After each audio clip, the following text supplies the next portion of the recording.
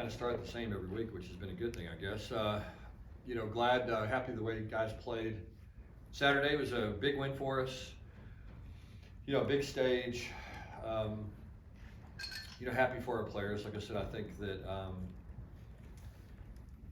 again, for whatever reason, seems like when you have an opportunity to play on, in a big stage like that, it seems like it gives you and your program a little bit of credibility. So happy for that. Happy for our players to get some credit that I really believe that they deserve. And it was an interesting ball game, and certainly probably not the way that I thought the game would play out, but it was good that we figured out how to win the game. I think that at the end of the day, that's what I really like about this team is we've done it a bunch of different ways, and I think that's if you're going to get on the kind of run that we're on, and you're going to play as many close games as we've played, then you're going to have to figure out different ways to win them. And so, again, thought we played fantastic defense. Was reading some stats today,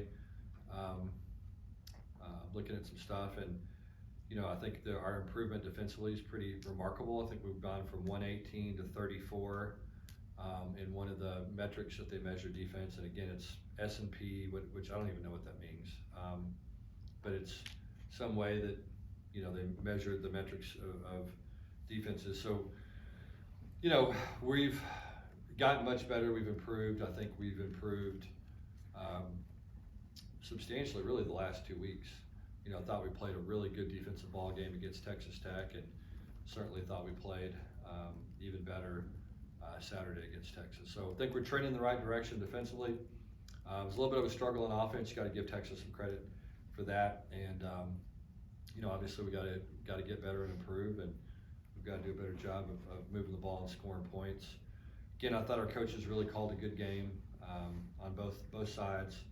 The game changed a little bit. It's funny, we talked about this post-game a little bit, but you have the analytics, and so the analytics tell you all these things, and you can pay attention to them, and sometimes it's good to pay attention to it, and other times you do exactly what we did. We just closed the book and never even had another conversation about the analytics, because the games were so different than the normal game of college football, the way it's played now. And so the analytics in a weird way meant absolutely nothing in that game because it was a different style of game.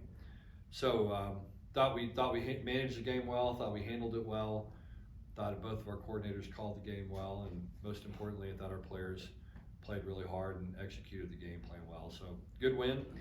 Looking forward to going to Waco. It'll be my first time in McLean Stadium. Haven't been in the building, heard it's a great building. I'm sure it'll be a great crowd. I know there's a good rivalry between TCU and Baylor historically, and I know our players are excited to have a chance to go play again. And that's what I like about this bunch is, they show up every week and they go back to work, and they got a good frame of mind about them, and they really do believe that the reason that we've played well is because we've prepared well, and so they continue to do that. And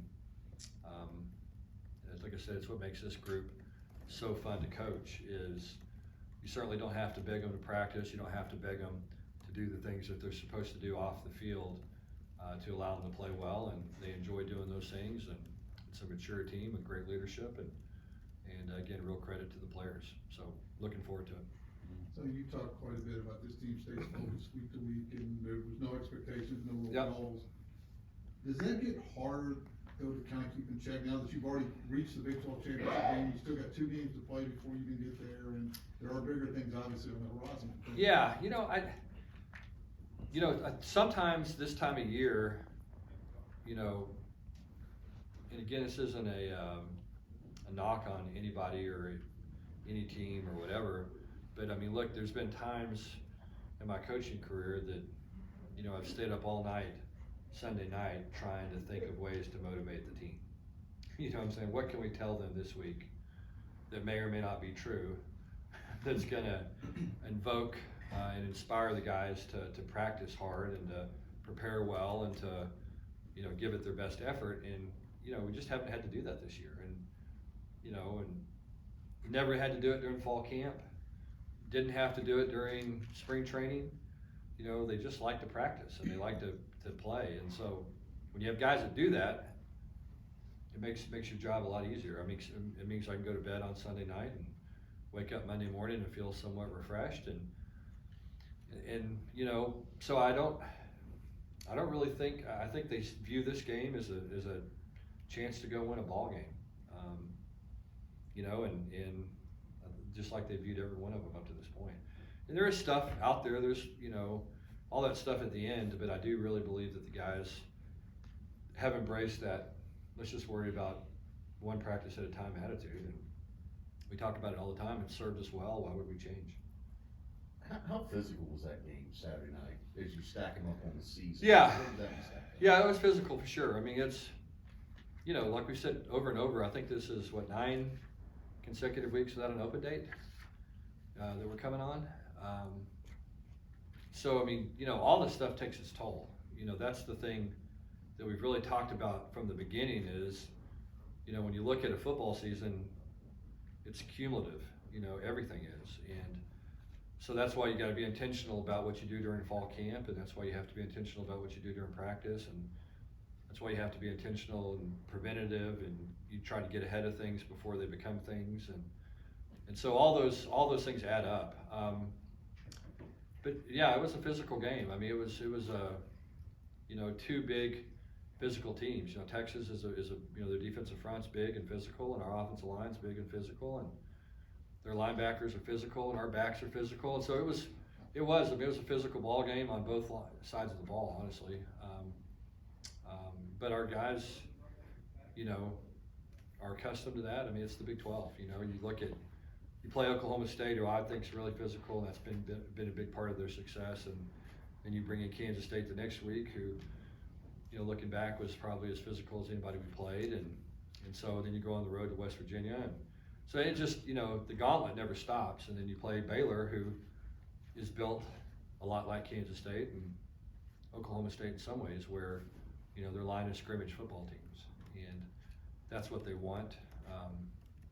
You know, I mean, Jeff Grimes is their offensive coordinator. He's an offensive line coach by trade, you know, and he's a really good one. And so, you know, anytime you play somebody who has that way of thinking and that mentality, it's going to be a physical ball game. And again, we have to be up for the challenge. Next to the last play of the game, I think it was the next to the last play, Dom D'Annunzio had to be Yeah, broke his leg.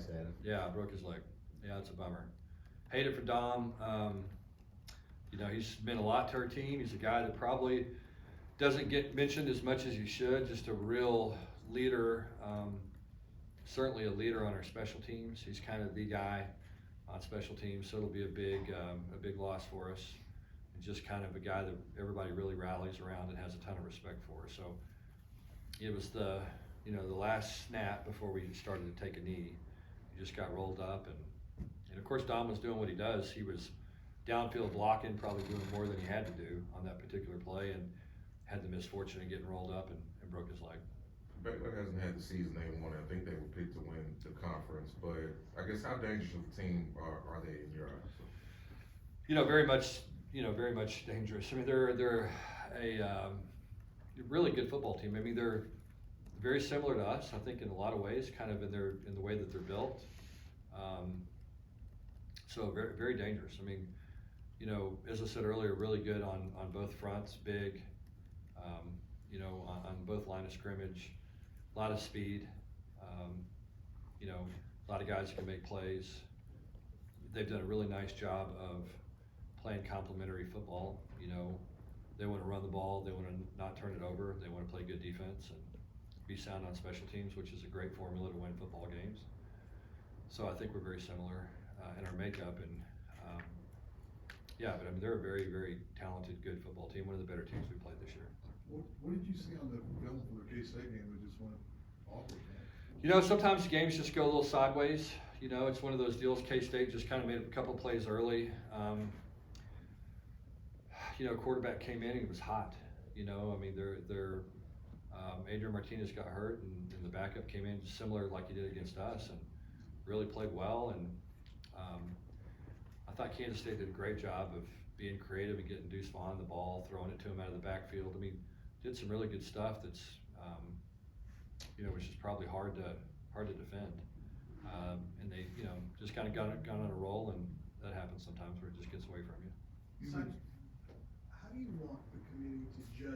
resume, because you got 5 wins against ranked teams, but Kansas and Oklahoma, they're no longer ranked, and Texas are no longer ranked now. So how should they view it in your opinion?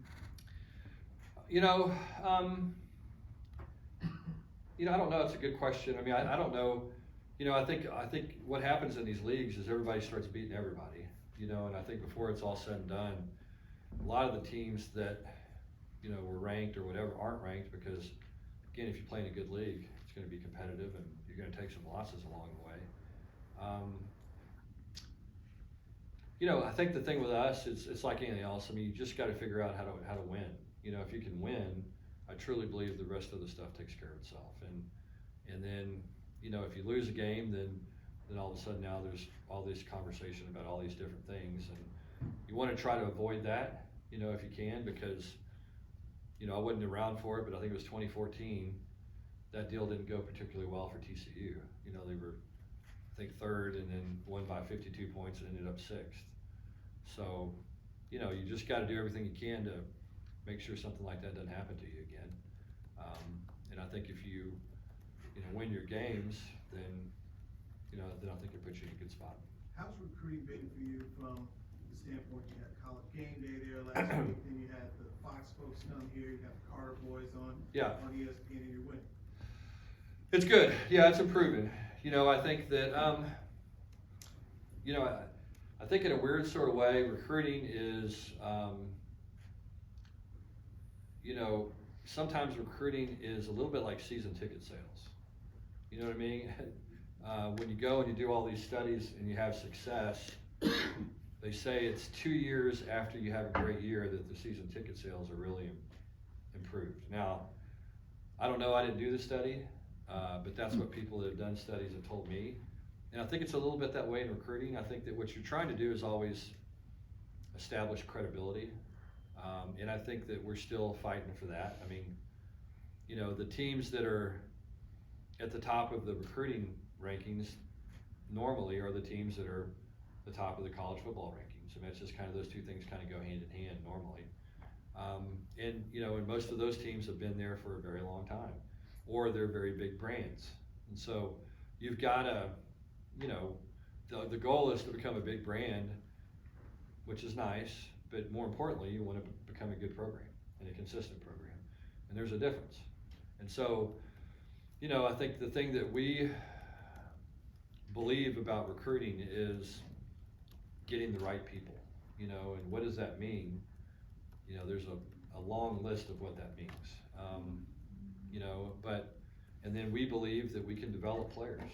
We think that our track record of player development through the years is as good as anybody's. And so, we may not get the guys that are the highest rated players always, but the goal is to get the right players and then bring them in the program and develop them and then get a performance out of them like we've gotten out of some players this year, that are probably not that heavily recruited coming out of high school. And so that's always the goal. But it's like anything else, as you recruit better players, you always got to be careful to recruit guys that are hungry, guys that love the game. And, and we say it over and over again about recruiting. It's like fishing. You got to be careful what kind of bait you use, because that's the kind of fish you're going to catch. And so you've got to be, careful about what you're selling, because if you're selling flash and dash, then you're going to get somebody who's attracted to flash and dash, and that's not always the kid that develops into the best player. Coach, I'm doing a feature on Dee Winters. Can you talk about your first reaction or interaction with him? Yeah, Dee, was really, obviously played against Dee when we were at SMU, and just kind of saw him as a guy that really just kind of understood the game. To me, he was one of those players that was always in the right place at the right time. Had a feel for playing linebacker, and again, that's a real skill, playing that position. It's just it helps if you're a good athlete and you're big and all that, but there's just a nuance about playing linebacker that you either see things or you don't. And those guys have a way of seeing things before they happen.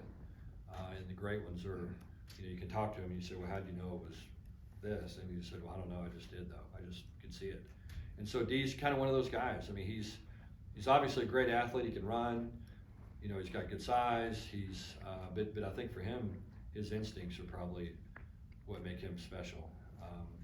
Just has an idea of where things are gonna be, and so, you know, it was fun to compete against him. I didn't, you know, just because I was always had a real appreciation for him. Just thought he was a really good player, and, you know, I think as he gets more and more comfortable in this defense, he plays faster. You know, he's somebody that you watch him play and his speed stands out, and his ability to, like I said, diagnose and make plays kind of in the open field stands out. But he, and then you get around him a little bit and just kind of see what kind of leader he is. He's just a really confident, calm guy that wants to be coached. You know, is always trying to find a way to get better. You know, and I think that's one of the reasons why he's been so successful and had such a great year. Is there a favorite memory of yours of him this year, whether it be in a game or in practice? You know, I hadn't had much time to reflect on that. I can't think of anything right now. He's just a joy to be around, though. You know what I mean? He's one of those guys that is really mature and emotionally stable. You know, he just is the same guy every day. And I have a real appreciation for that, especially, you know, for young kids and all the stuff that they go through. And, you know, I can remember when I was 22 years old, or 21 years old, it seemed like things that were pretty mundane were the end of the world. And, you know, Dee's one of those kids that handles things really well and doesn't get too high, doesn't get too low. Going back to that nuance with the linebacker position, are you starting to see like Shad start to kind of develop that these last couple Yeah, I think Shad's, for sure. I mean, I think the thing that's, you know, I mean, you watched the second play of the game against the Texas game last year. You know, they had the big tight end that came to block him, and, you know, Shad got after him pretty good physically, you know, hammered him pretty good. And you know, Shad is a big, strong guy that can really run. And what he has is all the physical traits of guys that are really good at that position, you know, and kind of unique. You know, he's 250, and I mean, he consistently runs over 20 miles an hour in practice. You know what I mean? And there's just not many guys that do that at his size. But he is starting to learn how to play the position, you know, and you have to be incredibly disciplined to be a linebacker. And then, you know, it's like the rule of 10,000. You know, you almost get 10,000 reps, and then all of a sudden you go from being disciplined to somehow understanding, you know, what's coming before it's coming. You know, and I don't know that he's there yet, but he has started to develop that discipline to play in that position where his eyes are in the right place. He's doing the right things. He's leveraging the ball correctly. He's, you know, doing all the little things that are really important, because what linebackers have to do in our defense, you know, you have 3D linemen and they're supposed to eat up the blocks, and linebackers are supposed to make plays. If you don't make plays, you're supposed to get him to the next linebacker to make a play. And so much of that is all these little things, keeping your shoulders square and leveraging the ball correctly. And what I mean by that is taking a block on with the correct shoulder, forcing the ball back to somebody else, and all these little things that you know, don't seem like much, but it really make you a good linebacker and make you have a good defense. And that, to me, is what I'm starting to see from the entire group is, you know, guys were taking on blocks early in the year, and they were being really physical doing it, but they might take it on with the wrong shoulder. And these guys are now starting to understand, okay, look, here's why it's so important that I do this, and you know, I'm gonna do everything I can to do this the right way, because I know I might not make the tackle, but my teammate's gonna be in position to make the tackle if I play this the right way. And Chad's starting to do those things, and now when you do that, your physical ability, you know, starts to stand out. And he played a great first half. He really did, and he just gets a bigger and bigger role every week for us.